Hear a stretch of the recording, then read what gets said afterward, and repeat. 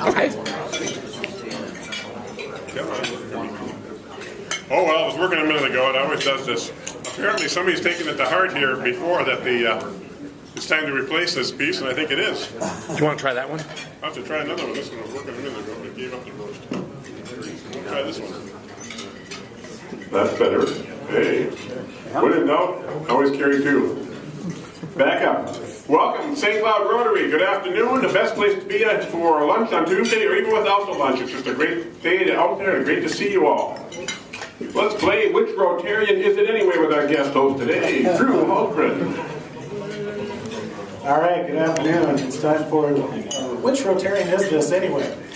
Start with the most difficult clues. This Rotarian was born in St. Cloud, Minnesota. That eliminates a lot of people. This person has done some traveling. This person has traveled on 2 continents and at least 15 different countries on those 2 continents. This person's favorite concert, what's that? Nope. Good guess though. This Rotarian's favorite concert that he or she has ever been to was by the Newsboys. Yeah. Some of you know who that. Marsden? Might have been. Marsden? No. This person's favorite hobby is Bible study. Could be Glenn. It's not me. No, it's not me. This isn't about autobiography. And this person's, I'm sorry, what was that guess over there? Diane Crossman? Yes. And by the way, the last clue was the worst job that she ever had was as a waitress at Embers during the bar rush. Very good. You want to give him an extra ticket? Give Dave Cirque an extra ticket. Thank you. Now, if you all stand up and shake hands with the people at your table, or somebody else you don't know, maybe say hello for a minute. Welcome. Come up and greet the head table. All the days.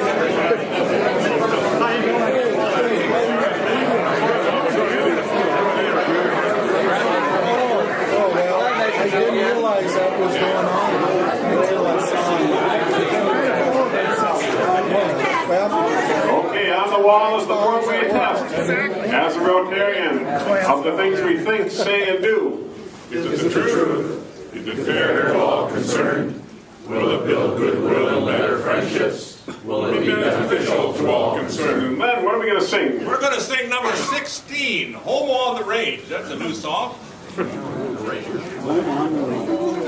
Oh, give me a home where the buffalo roam, where the deer and the antelope play, where seldom is heard a discouraging word, and the skies are not cloudy all day.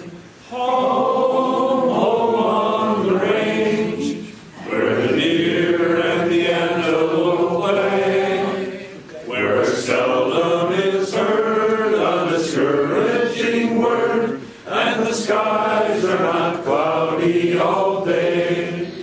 And number 3, America the Beautiful. Oh, beautiful for spacious skies, for amber waves of rain, for purple mountains, majesties above the fruited plain. America, America, God shed His grace on thee, and crown thy good with brotherhood, from sea to shining sea. And Mike Mullen. Let's pause for prayer, please. God of us all and God of all Rotarians, we pause in the middle of this day of work, in the middle of this beautiful, glorious day, to give thanks for all that you provide to each of us and to all those in the world. We thank you for the ways in which we are able to impact the world and the ways that we're able to be of service worldwide here locally in our own community, at our places of work, in our families, and amongst each other here in this room. Bless all that we do, bless our guest speaker today, and thank you for the food which has nourished and sustained us. Amen. Thank you, Michael. All right, folks, have yourself a chair, sit yourself down. You know that deer and the antelope playing game? The other day I was just down in Texas on business, and I'm driving to the airport, and one of those antelope almost stopped playing. Luckily the car stopped first, but it was a close thing. I didn't know they played on the freeway. But there you go. All righty, Mike Amberg is our greeter. Mike, let's give him a round of thanks for his work today. We have some guests visiting Rotarians. Yes, we have Fred Sylvester. Fred, you want to stand up? Stand up. All right. And Peter Belkovich is a visitor. Peter Dawkins is a visitor. All right. All right. And we have the other guests at the tables here. This table, I don't see any. How about over here? Looks like not. Do you have a guest here? Somebody standing up, Glenn Bethune. Yes, Ron Walton is here to check on his brother.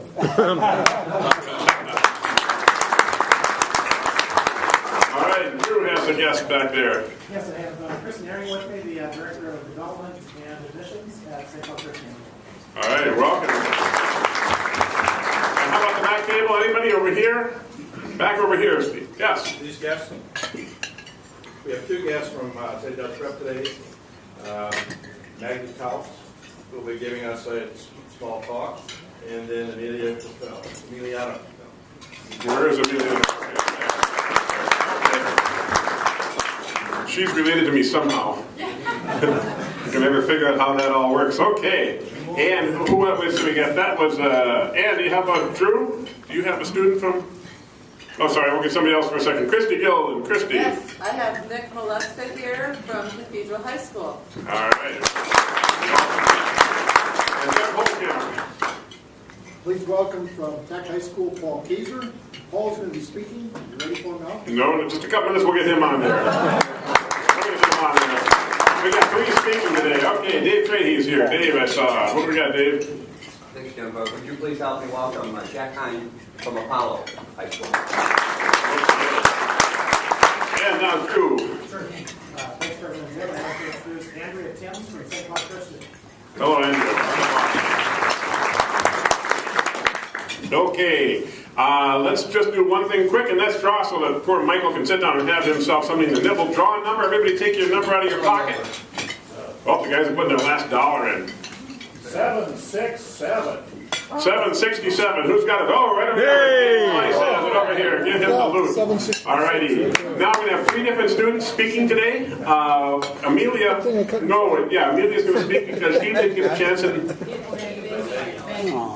Oh, Maggie, sorry. Maggie's going to speak because she didn't get a chance in December. So Maggie's going to come up, and then we'll have Jack come up, and then we'll have Paul come up, okay? So come on up there, Maggie. Don't waste time. Come on. Settle down. We got a lot of cover today here. All right, you have to hold the microphone straight. Hi, I'm Maggie Cause, and I'm a senior at St. John's Prep. I am the daughter of David Cause and Marie Gonzalez, and I have 3 siblings. I'm the youngest of 4, and all of them are out at college or grad school all over the United States. Over my time at St. John's Prep, I've been involved in a lot of activities. I played some sports. I played soccer in middle school, and I played tennis 1 year, I think. I've also been involved with yearbook since freshman year, and this year I'm the editor. Also, I've been involved with theater, and this year we're doing the production of Beauty and the Beast, and I'm going to be playing Cogsworth the Clock.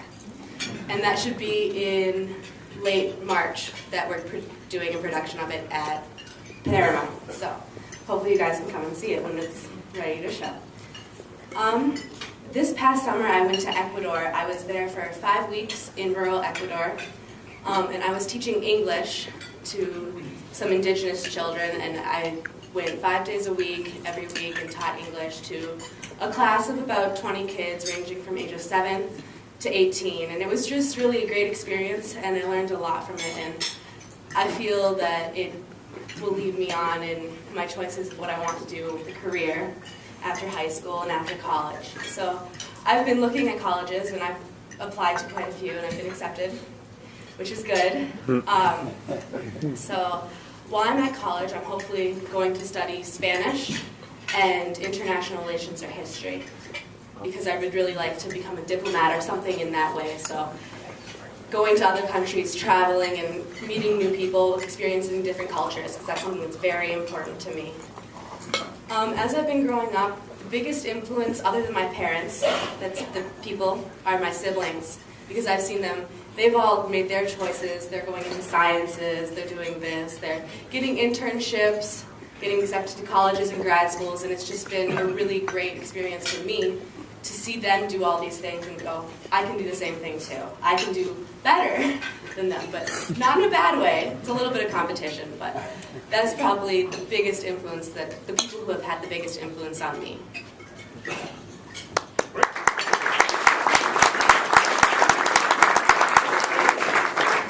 And Jack, where is he? There he is.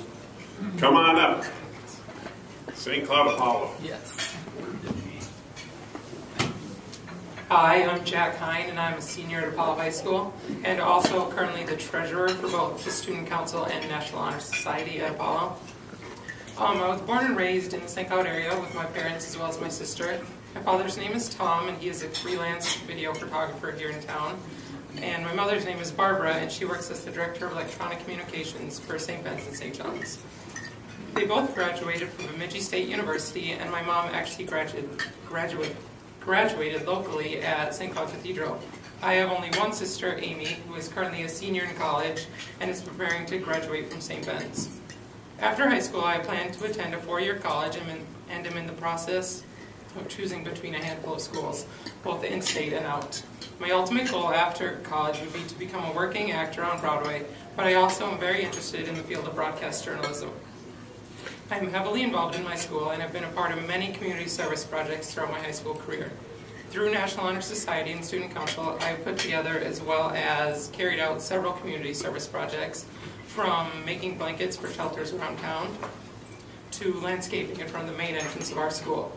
One organization that I take the most pride in was a local group called Students for Community Unity, which was created by an Apollo graduate. The goal of this organization was to have a group completely run by teens from all around the community in order to get the younger generation more involved. As a group, we strove to carry out things that would interest other teens and that would help us to raise money for our charity of our choosing.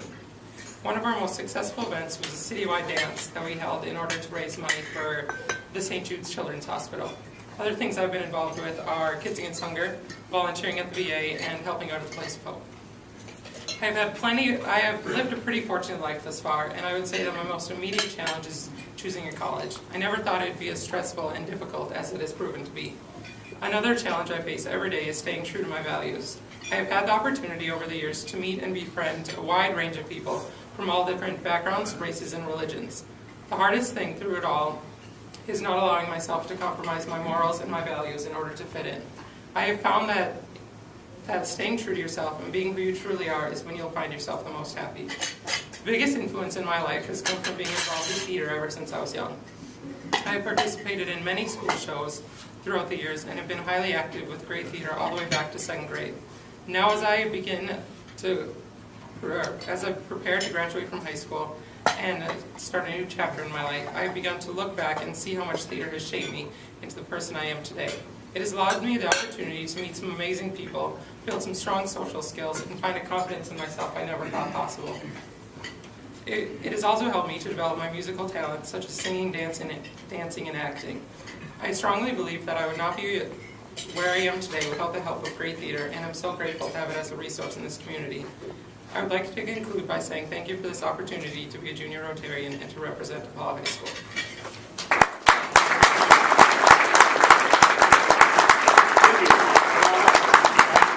Isn't it great to hear what these kids are? And quite something when you hear the rest of the news going on around the world, to hear what the future starts to sound like. I think it's just great. Paul Kaiser, St. Cloud Tech. First, I'd just like to thank you guys for allowing me to be here today. It's an honor and a privilege. Born and raised in St. Cloud, son of Ron and Ruth Kaiser. A lot of you might know Ruth from her work around the city, or she is a registered nurse at Central Care Hospital here in St. Cloud. My dad actually passed away 6 years back from esophageal cancer. Additional siblings that I actually have 9 siblings. I have 7 brothers, 2 sisters. I know a lot of them have been junior Rotarians in the past. You might remember them. The majority of them attended SCSU. 4 of my older brothers did, or older siblings did, until my most recent older brother attended Yale. Activities I've been involved in. I'm a 3-sport captain at Tech, football, basketball, and track. Along with a lot of my fellow junior Rotarians, I'm in NHS, part of the student council. I have done a lot of youth sport coaching with either SCABA, the St. Cloud Area Youth Basketball Association, or our junior football league that we host at Tech. I also teach a Sunday school class, 3 to 5 year olds, over at Hope Covenant Church, and am involved in Big Brothers Big Sisters. My collegiate plans as of now, I've been accepted to both Harvard and Princeton with offers to play football from both, so essentially just need to make a decision there. Once I'm at the university, I plan on majoring in either chemistry or physics, possibly like atomic and molecular, maybe in astrophysics, and career goals would be either just research, maybe a university professor, or something using the major that I chose.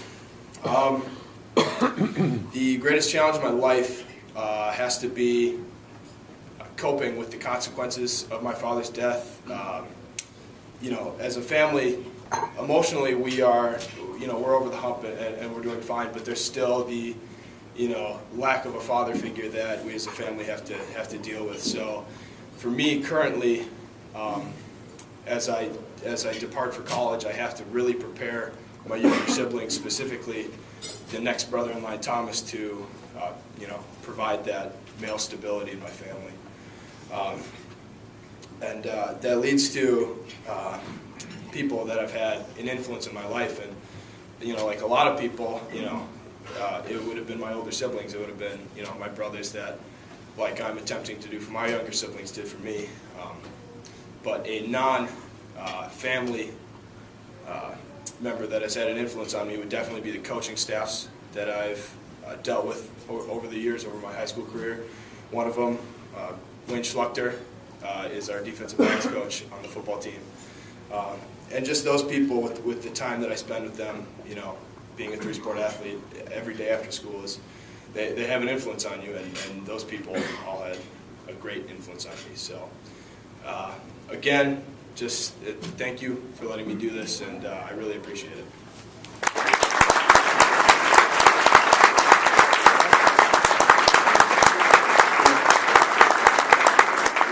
Where's Wayne? I saw him come in. Wayne, what do you think? Any concerns about which school he should take? Well, there's another one. The current FCS champions, North Dakota State University. I think since Mr. Kaiser has been admitted or accepted to both Princeton and to Harvard, that we could probably make the exception and get him into ASU. You think you can get him in there? All right. We don't like getting too high an intellect there, On your table, you will see something that one of the Rotary clubs in the Twin Cities has sent out and asked me just to put around there in case you're interested. Take a quick look at that. Take your children down there, grandchildren. If you're interested in something along that line, you can take a look and see. We also have a bit of course, sad news in that we are losing the member. Noreen Donnell has turned in her resignation as she goes off to Eugene, Oregon, to take a new position out that way. And we have enjoyed her company. Of course, she's been very helpful with Summertime by George, and we'll miss her in her work. She says, "Hi Jim, this will serve as my resignation effective this month. As I reflect on my 12 years and 10 months, but who's counting, with St. Cloud Rotary, it's clear our club is exceptional. I have served in 2 clubs previously. 5 years with the Stride, 2 years with the Russian delegation, 2 years as program chair, and my most favorite experience as Little Georgetown coordinator. These opportunities exist primarily because the St. Cloud Club has excellent leadership. I always remember Tim Wensman calling for deeper involvement with club activities to express the values of Rotary. My first day in Oregon is in the 24th. I've been invited to join their club of 300 members at noon on Tuesday. So I look forward to working that and wish all the best for the St. Cloud Club. So if you talk to her or hear from her, send her a note, tell her that we're sorry to see her go and wish her well. And as one sometimes goes on with business, another one comes in. Now Cindy Hawker, we're going to do Cindy's introduction here. If I can get Joe and Vincent and Cindy to come up. As a new member, Cindy's been here for a little while, but we finally have a chance now to get it together. So, have you come up for a minute and stand here with your sponsor, Joan. Cindy, it's my great pleasure on behalf of the directors and members of this Rotary Club to welcome you as a member. And while we can make you a member of the club, you have to make yourself a Rotarian. This is an honor which you gain yourself. We welcome you not only for the fine fellowship which we share with you, but also for the strong arm which will help us carry out Summertime at George, for example, the many projects that we are working on in the community and country. Rotary is not a political organization, yet within its kindly and comprehensive grasp, or within its are vitally concerned with everything pertaining to good citizenship and the election of good officers and people to public office. Rotary is not a charitable organization, yet within its kindly and comprehensive grasp are all the charities and all the sacrifices that one should expect from people who believe the golden rule is more than a mere theory. Rotary is not religious. It knows no race, no creed, yet behind it are those eternal principles that have made religion the vital influence it's been on the destinies of people throughout the ages. We are an organization of business and professional people pledged to the highest business and professional standards. There are people who believe that worldwide fellowship and international peace could be achieved through business people united under the banner of service. When we go overseas, we are doing that. We live worldwide by the four-way test, which was on the wall over here, and which we speak at every meeting. You, Cindy, have been chosen for membership in the St. Cloud Rotary Club because your fellow members believe in you to be a leader in your classification, and because you manifest those qualities of head and heart which fit you to interpret and impart the message of Rotary. The community will know and judge Rotary by your embodiment of its character and service. We accept you as a member because our principles and organization will be in safe keeping. It's our pleasure to present you with the Rotary lapel pin. Please wear it with pride. We also give you the certificate to display on your wall, signed. For yours, frame, put on the wall. And your office. And it gives me great pleasure to welcome you, Cindy, to the St. Cloud Rotary Club. Appreciate it.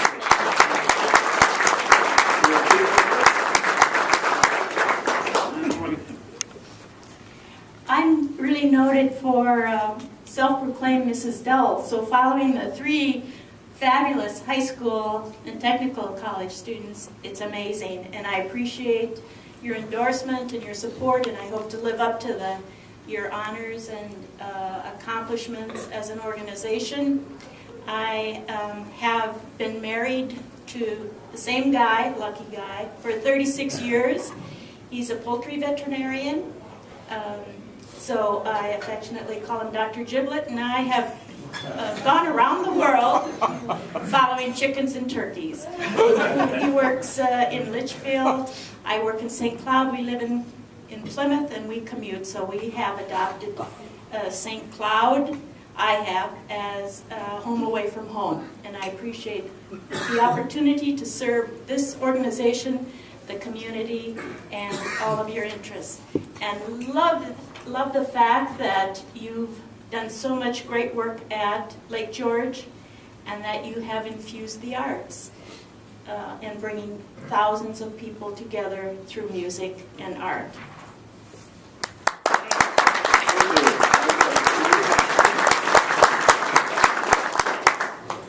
That goes with you, Cindy. I'm going to give you that. Thank you. All right. Let's see. We have some birthdays this month. Gary Marsden is on the 1st. Mike Amberg on the 6th. Joan Vincent just standing up here on the 6th also. Bernie Perryman is on the 8th. Linda Dorr is on the 18th. Todd's here. Todd Dombrowski is the 24th. John Fabinius, I think he's on break now for the 25th. Janelle Kendall is on the 30th and I'm the 31st. We had the cake last week, but should we do a quick happy birthday? Happy birthday to you. Happy birthday to you. Happy birthday, dear Rotarians. Happy birthday to you. And me too. Can I get you up to the microphone for just a brief, kind of an important personal announcement for... I got an email last night from John Putzel and his wife Johanna. Went in at 2 o'clock this morning. She's either through or in the process of having a liver transplant. So remember them, and I just imagine a card would be appropriate. Okay. Thank you. So notes to John, if you have a chance, send him an email, send him a card and letter, and you can find the information if you want on the website and where he's at. All right, Drew, did you have something you were going to say here? Want me to come up there? Yeah, come up here. Then it's on the camera. We ask you to do announcements from here because then it's on the camera. Okay, I'll try to keep this real quick. I've been talking for a long time about our next project in the Dominican Republic. It's going to happen. It's really looking positive. So we've been kind of putting the word out that we'll be going sometime this spring. It's looking like it's probably going to be about the last week in March or the first week in April. And so we're going to have a meeting here at 11:15 next week. If you're interested in going, or if you've even just thought about going and you have questions, we have lots of new information. There's some exciting things happening.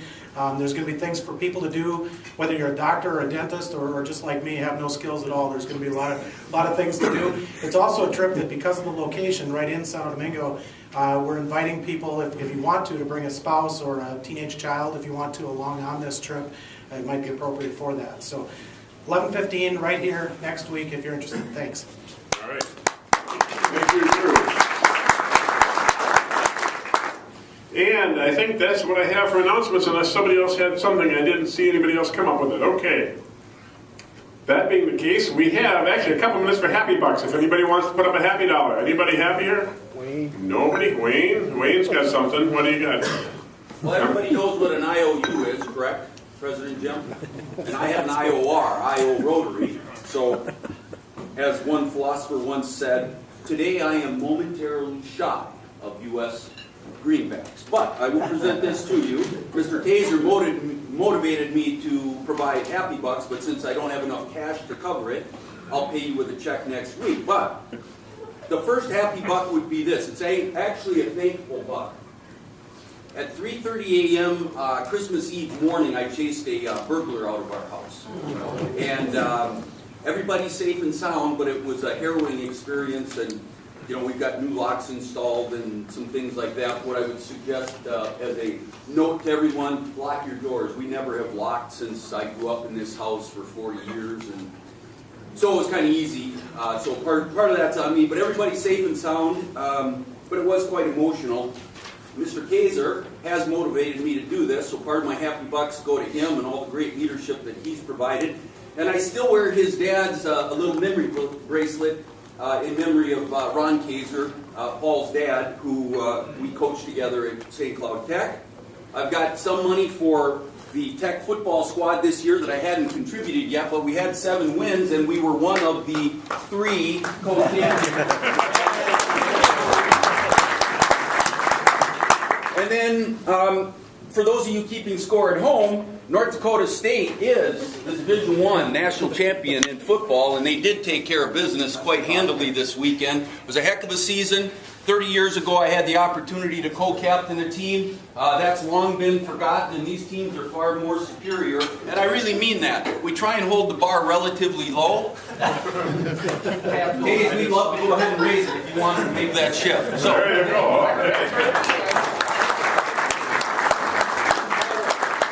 Okay. Who else has a happy dollar? We got a couple more seconds here. Anybody else? Nobody else is going to follow up.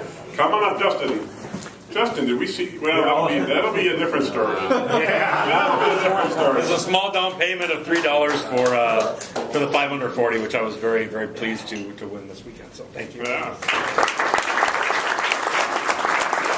We're thinking of a fine at 540. You simply subtract 5 from 40. You got $35 fine. So that might be coming down the line. Anybody else have a happy dollar? Bill's raising his fingers back there, but I think he's giving me a sign. Oh, that has, yeah, that's it. All right. I'd like to have John Bodette come up and introduce our speaker for the day, if we could, please. John. Thank you very much, Jim. There's probably no bigger topic in our community than jobs and economic development. And we've invited the two people who are helping to make that happen in our community.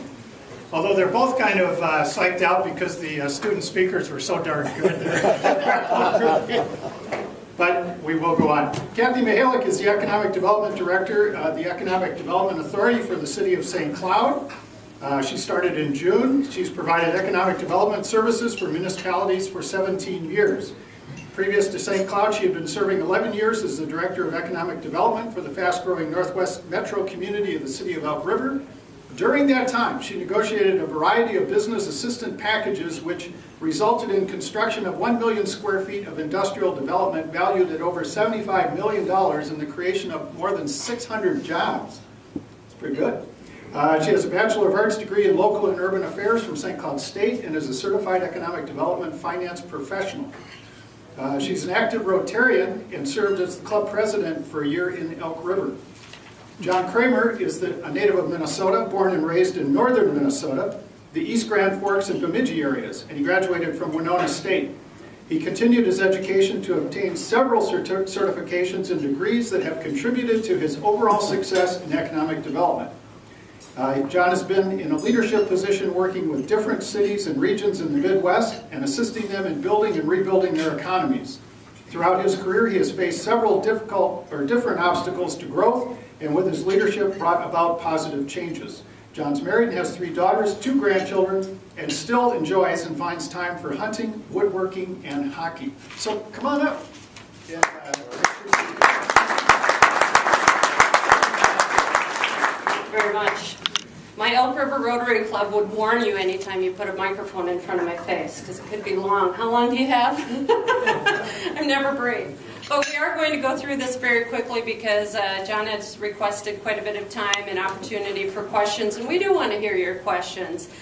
Raise your hand if you've already heard our routine at St. Cloud Opportunities or some other event in the last 7 months.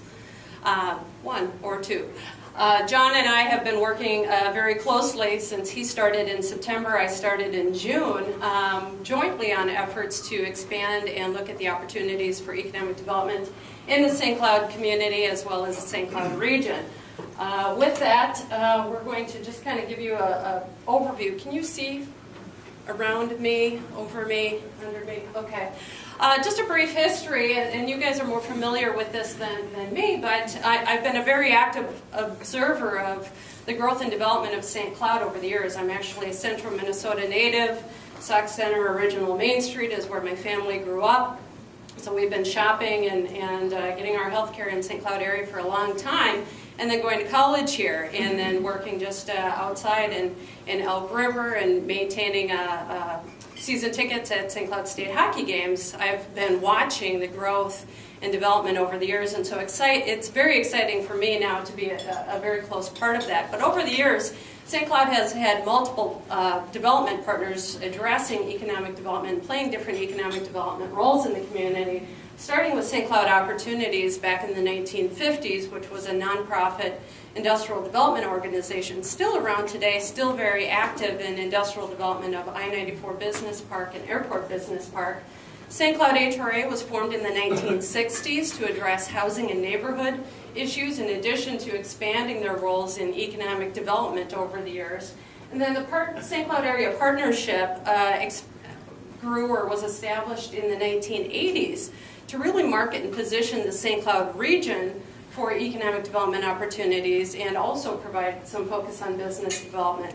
And within that is obviously the City of St. Cloud and the different resources that they provide. Land, financing, infrastructure is also a critical player in this. And I would also add probably the St. Cloud Area Chamber of Commerce in their connection with the business community. So a variety of different organizations, different roles, different services.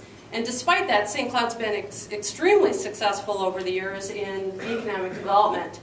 Since 2006, the city has actually identified a more centralized and coordinated effort in economic development was needed. And a more concerted effort towards that goal was made in 2009 and 2010 by the City Council and the Mayor in developing a task force that really evaluated the different alternatives, the best practices out there, evaluated and made a very conscious decision to separate the economic development powers from the Housing and Redevelopment Authority and form a separate Economic Development Authority Board, which is formed by state statute at the end of 2010, and my position came on just 7 months ago. Some of the initial priorities is respond to the projects that are in the hopper, Kathy, and I think they handed me a list of 7. So with that, we saw just recently here the successful groundbreaking and development of Marco and their corporate headquarters over there, and microbiologics, and really coordinating the financing tools that were necessary to the project, and the approval process there. Collaborating with the different entities, and so we've been making those connections. Because of my familiarity with the community in the area, this has been very easy, and I've enjoyed those relationships. And then finally developing a strategic plan with our Economic Development Authority about what is our key mission and our vision, and how are we going to go about economic development in the city of St. Cloud. So we did have that initial meeting in November with a variety of our development partners, Greater St. Cloud, Downtown, Chamber, St. Cloud Opportunities, the real estate community, and the like. And this just briefly shows you, and we will be presenting this formally to the EDA and City Council in February, what we came up with. Our mission being to create opportunities for business success, and how we do that is facilitating a number of different services and resources to the business community, as well as connections to those different resources. So there's 3 primary strategic goals. Promoting the city of St. Cloud as the economic heart of the region. We recognize who we are and what role we play in the region, and we need to do a better job of marketing that and telling our story.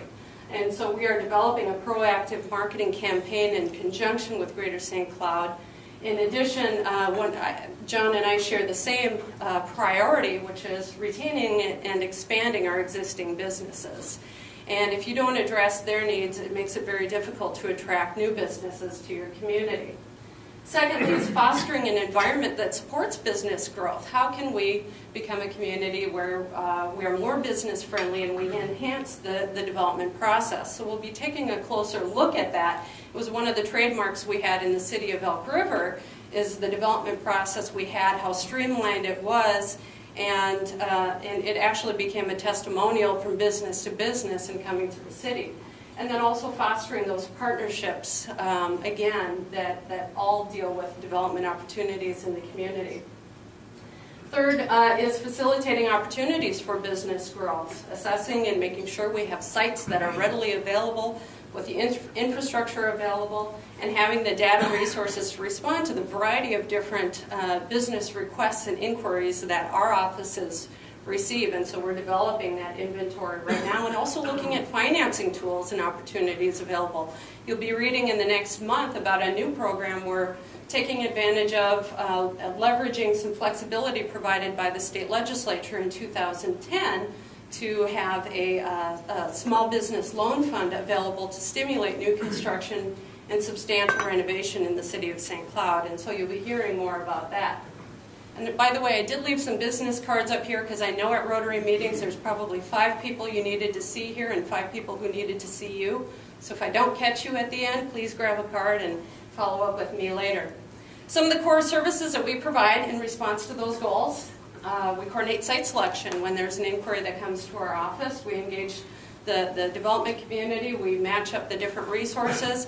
Bruce Watkins here has participated in one of the business visits from a company from Arkansas and provided wonderful, just at-call service to our office, and a wonderful testimonial of the school districts and what they've been doing in the community. And then also marketing the different sites that the EDA has available. These were transferred from the HRA to the EDA, about 300 acres of business park property out on I-94 and Airport Business Park. And so our job is also to coordinate the marketing efforts and get out the word about that, and also coordinate with the different partners, our St. Cloud Opportunities and the different utilities.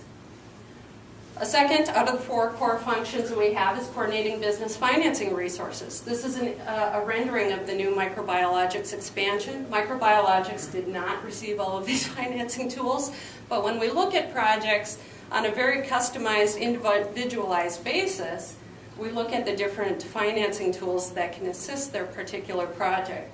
The tools available from the city, federal, and state government, and in the case of microbiologics, they received tax increment financing, Minnesota Investment Fund, and we also worked to provide a city revolving loan fund to the project. Every project is different, their needs are different, and that's basically the job we do.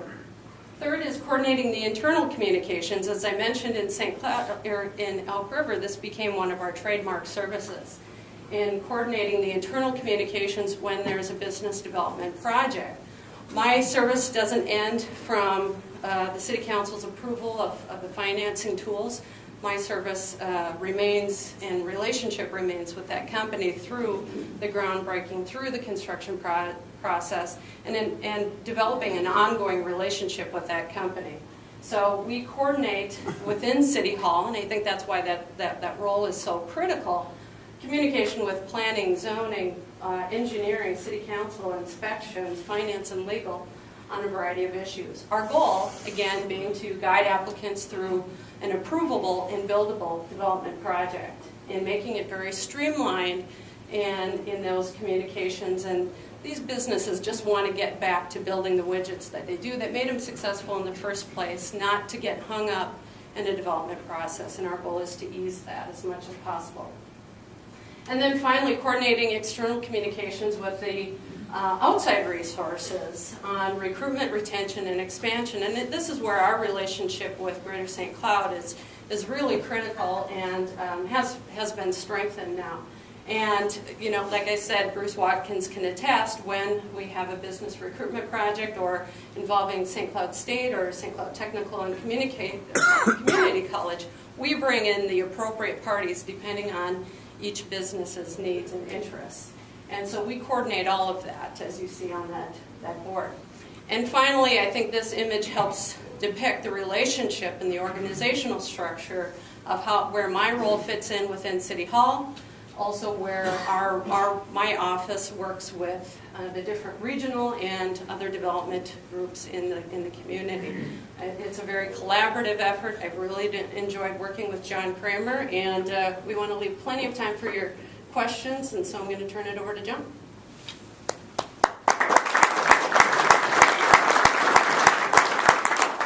Thank you. Having grown up in Grand Forks, it was difficult for me to root for NDSU last Saturday. But you did it in the whole state, did, right? But I spent 9 years in Fargo and helped build that stadium. They didn't say thank you. But I was glad. I had a lot of friends at that game, and I got blow by blow. It was good to see North Dakota and Minnesota do well.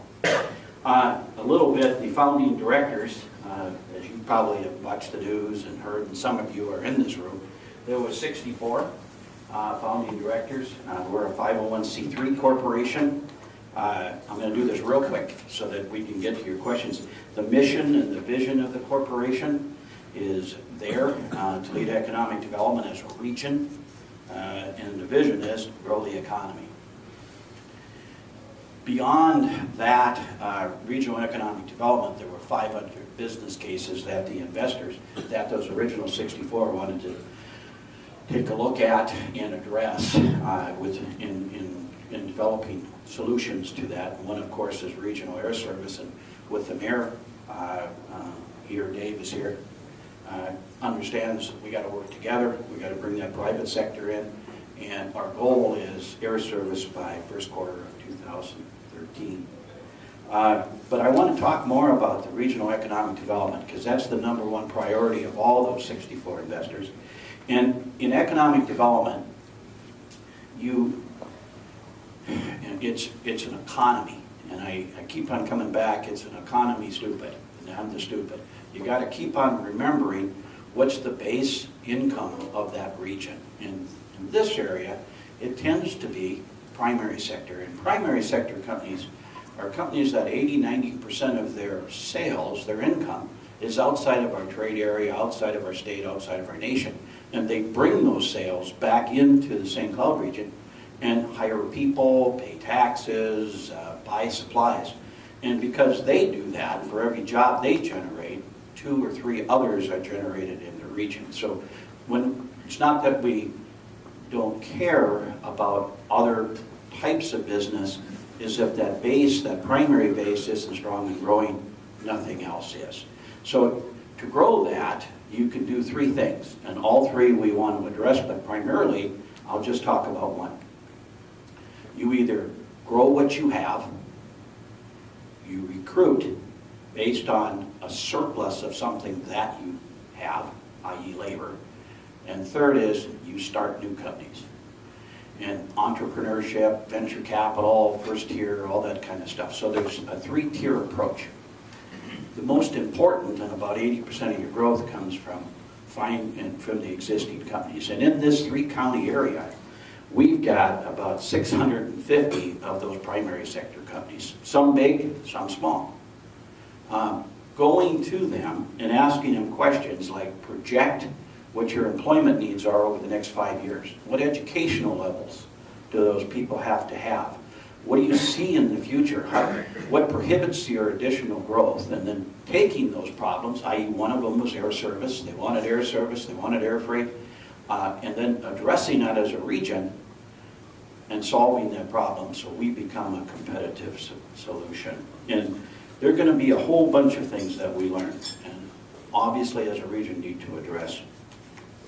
But I could go on and talk about who are we going to market to. I'll come back and talk about that later as we work through this process. And then the opportunity for, as Rick talks about, innovation, starting new companies, and that technology that we have to do. But with that, and that was quick, is rather, and get to what you'd like to talk about. Yes, sir. Thanks. Can you explain the difference between your organizations and why you both exist? Our goal is to solve problems on a regional basis. And air service isn't just for this area, for St. Cloud area. It's a regional thing. It's Litchfield to Brainerd, Alexandria to 494. And it's a $50 million need, okay? So we look at the employers that are within that region that we would serve and bringing all into solving that problem. If we need venture capital, and we have a lot of that 650, we have a lot of smaller companies, if their equity needs are there. If we just concentrated on one community, one area, it wouldn't be enough to create the kind of tool we need to solve it. I would add, what you saw at the introduction slide is that that our organizations are formed very differently. I work under the auspice of the City of St. Cloud, and formed by state statute and serve as a public economic development agency, and so we fall under statutory requirements. And the Greater St. Cloud Development Corporation is largely a privately led organization. They do have public partners, and again, their focus is on the region. My focus is on the City of St. Cloud and the different resources we have to market and administering the city's finance tools. So we work very closely together on projects that impact and opportunities for the City of St. Cloud, but then we also work together in positioning the different opportunities for the region, because St. Cloud, again, is the economic heart of that region. I saw another question over here. Has either of your organizations quantified your goals? And if so, could you give a half a dozen examples of that quantification, timelines? How will you measure success? How will you know when you get there or get halfway there?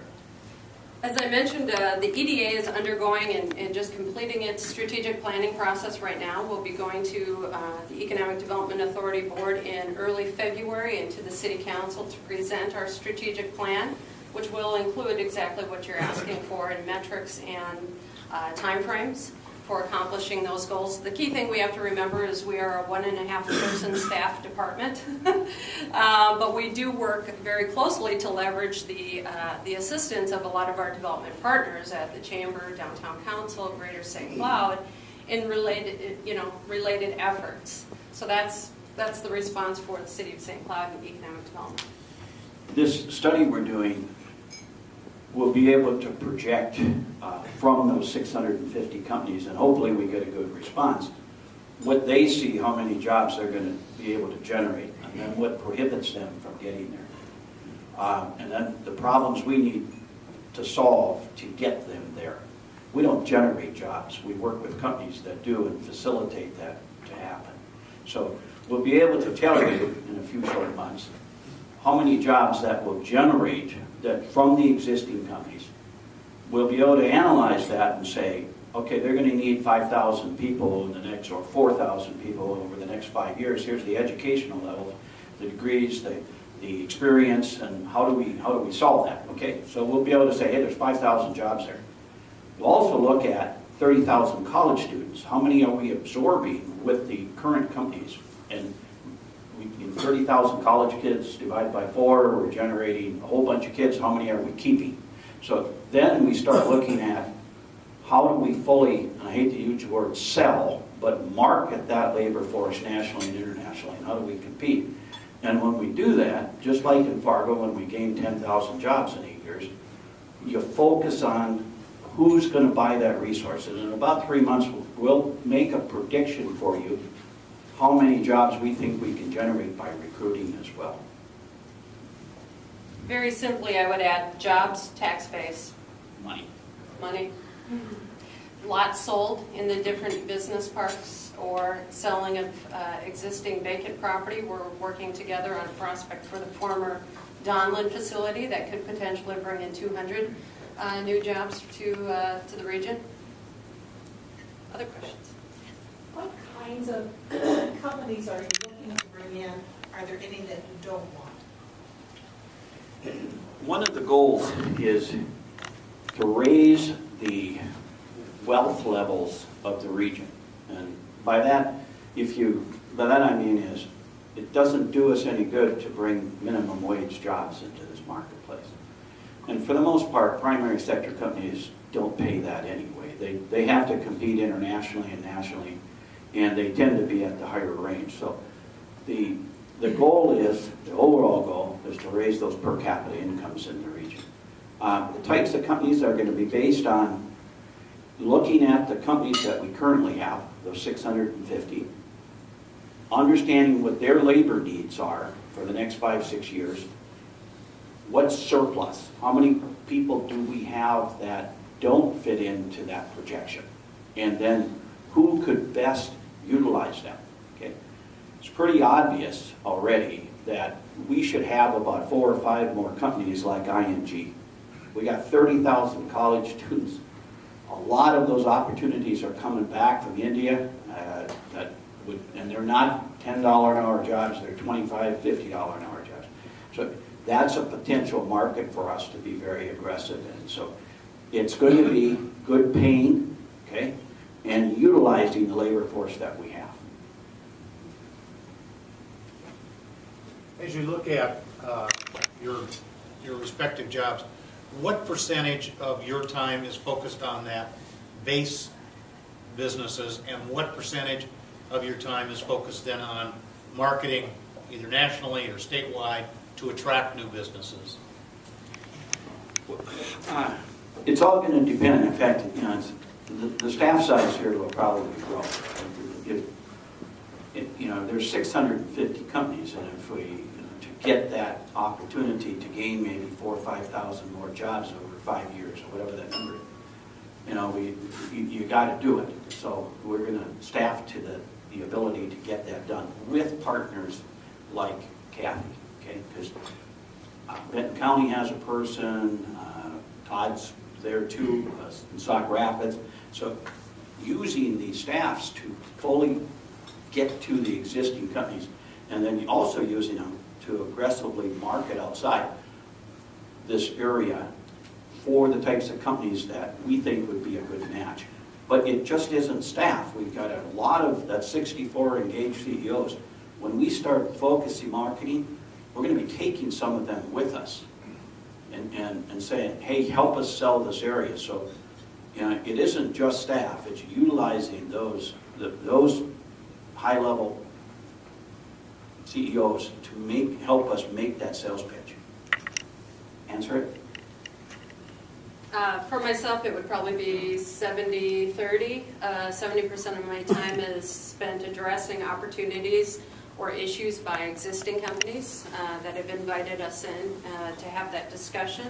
And then probably 30% has been spent responding to new business development opportunities that are coming in and the individual issues and opportunities they have. And so that's where working with Greater St. Cloud has been extremely helpful, because I can leverage a lot of the opportunities available through their office and data sources and in responding to these companies.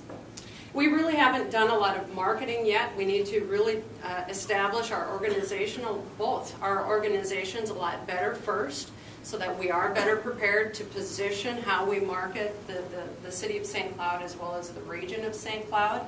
And from there, I think we're going to generate a lot more recruitment interest. But right now, we're just responding, trying to keep up and respond to the inquiries that are coming in and finding us on a map for whatever reason. Right now, what appears to be attracting a lot of businesses to the St. Cloud area is frankly the workforce ethic, and as well as the availability of workforce. Companies closer to the Dakotas are really struggling right now in workforce, and when they look for opportunities to expand, they look for areas like St. Cloud. How do you deal with situations where you have competing businesses coming in to maybe the 64 founding companies that are there, and how do they deal with, well, we're going to have competition coming in now, maybe it's good for one of these other 64 founding companies or not? How do you deal with those situations? First of all, we're dealing with companies normally that are doing business internationally.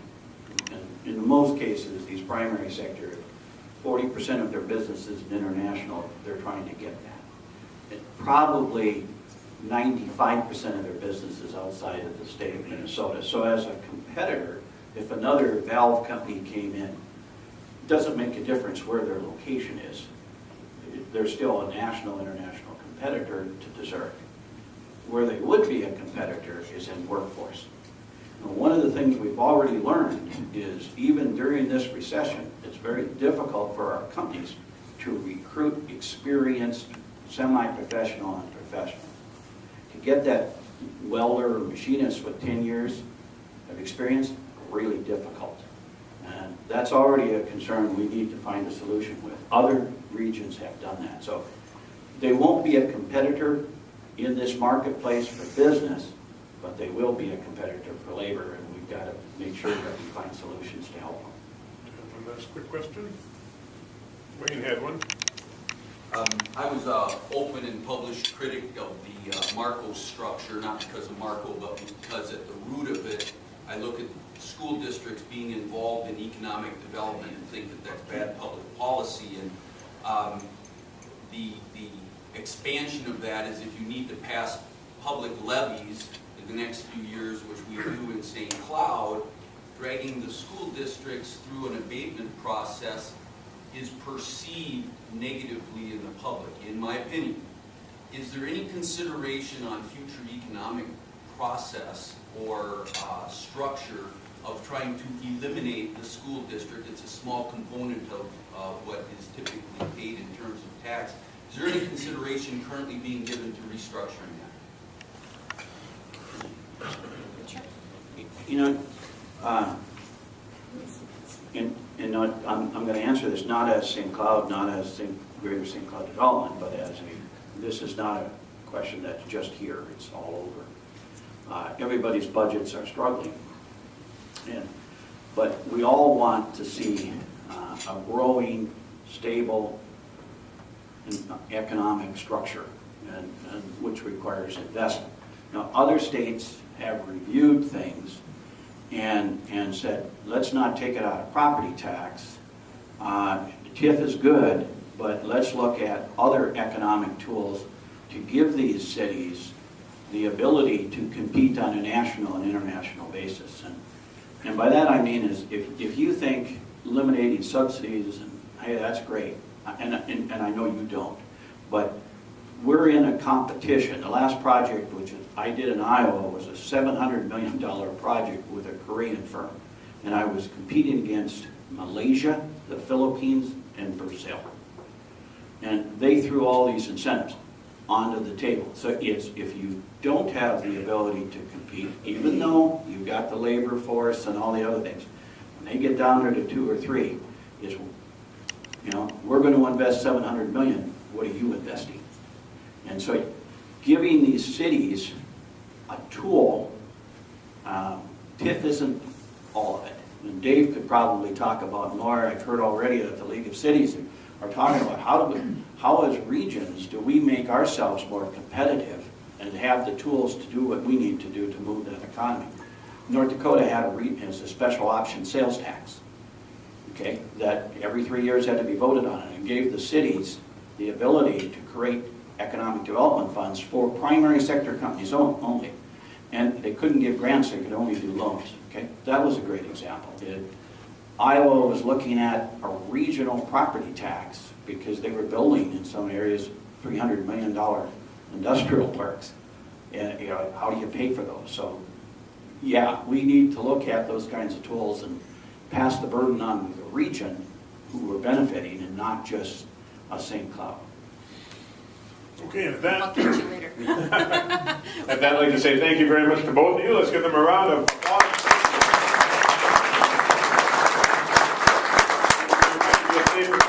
I'll stay for questions. I've got cards up front here if you need to run. Okay, thank you all. And Justin Wampak, a special thanks for filming today's show. It'll be on the web tonight to take a look at it if you have questions on it. Otherwise, thank you and have a great week. Yeah.